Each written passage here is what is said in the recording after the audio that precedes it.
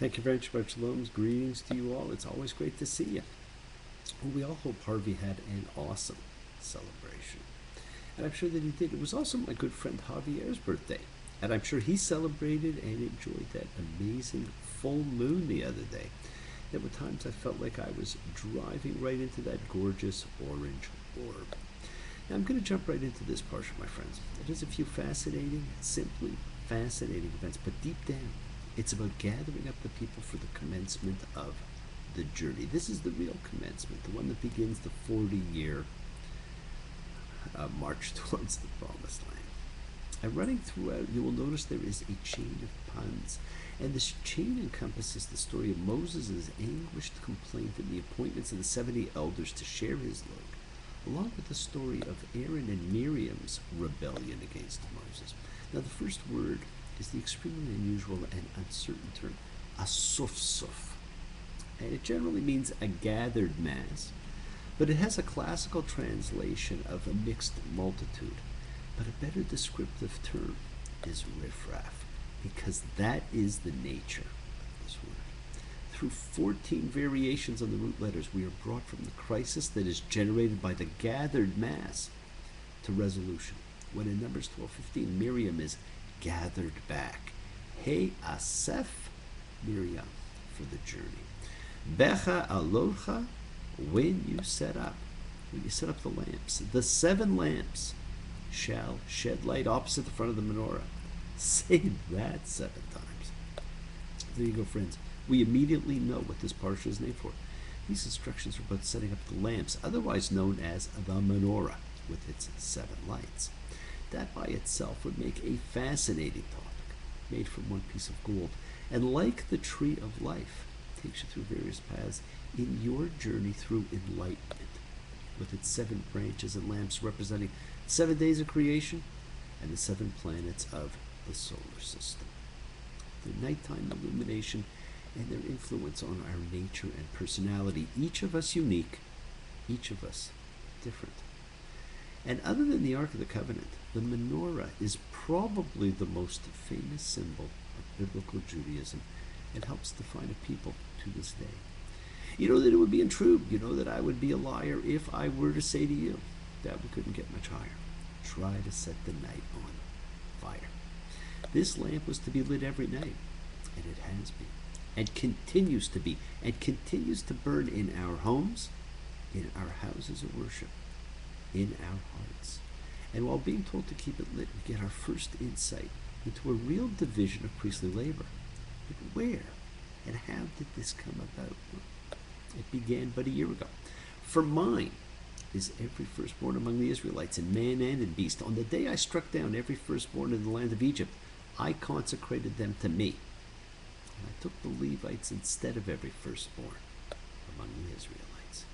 This, my friends, was the deal that God had made a year earlier, at the first halting, or Passover, when he took all firstborns, but he exchanged the firstborn of Israel for the Levites. Now we're packing to leave Sinai. The assignments of who does what has been handed down already, and there is a new and a distinct priestly pecking order and a technology to deal with original impurity. The dangerous inner zone of the sanctuary can be entered only when a person has undergone an elaborate sequence of acts to rid himself of the impurity that is intrinsic to profane life. Thus the Levites must be sprinkled with expiation water, have their body hair shaven, their garments washed, a special sacrifice intended to remove even inadvertent offense offered up specially for them. This is the first clear indication of a hierarchical division of cultic labor between the Aaronite priests, the Kohanim, and the Levites, who actually serve them and do all the heavy lifting in the sanctuary, in contrast to officiating in the ritual. That is why still to this day in synagogues there is a distinction, and you may be asked if you are Kohanim, Levite, or an Israelite. Now some scholars believe that this division is actually from the time of King Josiah, which is around 620 before the Common Era. And of course that tells us when this part of the Torah would have to have been written. Just like different creation and different flood stories are blended as one, different ages of Levite service point to different authors put it together, this priestly section, which furthers the image of the Levites as a phalanx protecting the tabernacle and its holy accoutrements. It's talked of in military terms, for they are seen as the army of the Lord. As the journey begins, two of the most significant events take place back to back, events that had such a profound effect. They are both still observed approximately 3,500 years later. We are witness to the first post-Exodus Passover. And the Lord spoke to Moses in the wilderness of Sinai in the second year of their going out from the land of Egypt in the first month, saying, let the Israelites do the Passover offering at its fixed time. On the 14th day in this month at twilight you shall do it at its fixed time, according to all its statutes and according to all its laws you shall do it. People have a hard time following the timeline, friends, partly because they're reading about things belonging to a major society with laws, with ritual, with great wealth and population. But friends, it is but 1 year after the Exodus, and this will be the first observance of Passover. And as we saw a year ago when the Exodus took place, the instructions for the Passover were not very big. There weren't a lot of laws regarding it. Now at the same time, in its observance, for all other issues, we are given what may and what many have seen as the most important law of all, the law grounded in fairness, in decency, in dignity, and honor. One statute shall you have, both for the stranger and for the native of the land. One law, friends. And on the day the tabernacle was set up, the cloud covered the tabernacle of the tent of the covenant, and in the evening it would be over the tabernacle like a semblance of fire until morning. Thus it would be perpetually. The cloud would cover it, and a semblance of fire at night as the cloud lifted from the tent. Then the Israelites would journey on, and the place where the cloud would abide, there would the Israelites camp. The lamp, the fire, still burns in the Ner Tamid that we see everywhere, and the cloud returns in the annual gathering festival of Sukkot. And friends, there's a fantastic symmetry to Passover here. The first Passover was celebrated just before the Israelites set out on their journey from Egypt. Now, they are about to move onward and set out from the Sinai encampment in their wilderness journey. And again, the departure is marked by the Passover offering. It's the partaking in the Passover sacrifice that forms the primary act of affirming membership in the community of Israel. See, there was no formal ceremony of conversion as in later times or as today. All that was required was partaking in the Passover offering and ritual, and to do so, the stranger had to be circumcised. And this was a very different type of religion. It was a religion founded on faith. You say, I'll let you down. It's not like that. If you're so hurt, then why don't you show it? You say you've lost your faith, but that's not where it's at. You have no faith to lose. Until this point, narrative has been abandoned for tabulation. Census and military roster have been the norm. Legislation is talked about in this long stasis. Now it seems long, but it's actually only been a year in the wilderness.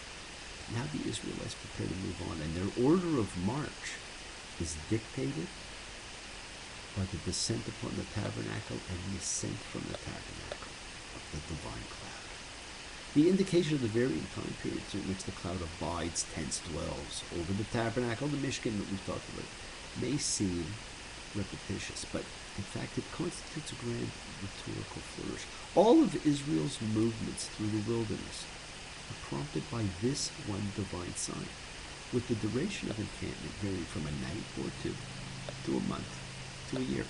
Friends, the Torah says, whether 2 days or a month or a year, when the cloud would extend over the tabernacle, the tent over it, the children of Israel would camp and would not travel, and when it was lifted, they would travel. Can you imagine waiting for the cloud to decide when to move on, how long to stay?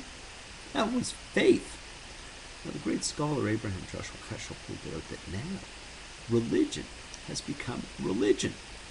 It has become dogmatic, ritualistic, institutionalized. He wanted to see a return to real faith. Real faith is based on awe. Awe was the revelation at Sinai. Judaism has as a principal tenet the concept of the Sinai revelation, but many are practicing a counterfeit religion. There can be no substitute for faith, no alternative for revelation, no surrogate for commitment. It is the people who were witnesses to God's only mass appearance begin the greatest journey of all time. We read in Numbers 11:1, and the people became complainers of evil in the ears of the Lord. Complaint after complaint, and this is where we see that term riffraff talked about a lot. And the riffraff that was in the midst felt a craving, and the Israelites too again wept and said, "Who will feed us meat?" We remember the fish we used to eat in Egypt for free, the cucumbers and the melons and the leek and the onions and the garlic, and now our throats are dry. There is nothing save manna before our eyes, for free. Now this term, it's a striking instance of selective memory. The people were grumblers, and this is just the first of many accounts of their complaining, and interestingly, it is the only one in which the reason for their dissatisfaction is not told. And the people appeal to Moses rather than to God, who they have just witnessed. And Moses continues to act as an intercessor. They still turn to a human rather than directly to the mysterious, invisible divine source. So much for faith. What ends up happening is they cause God to grumble and complain as he gets ready to wipe them all out. We begin again with Moses. And we see Moses become a complainer as he complains that he has to bear the burden of the people alone. And this is odd because this is an explicit contrast to the report about Jethro's advice to Moses in Exodus, in which Jethro tells him to pick judges to help him with the weight of his task. And Moses takes Jethro's advice there and appoints judges to help him. So why does he say now that he is carrying the burden away? He still complains now to God that God has left so much to him. It makes you want to say, enough already. And just as you think you've heard it all.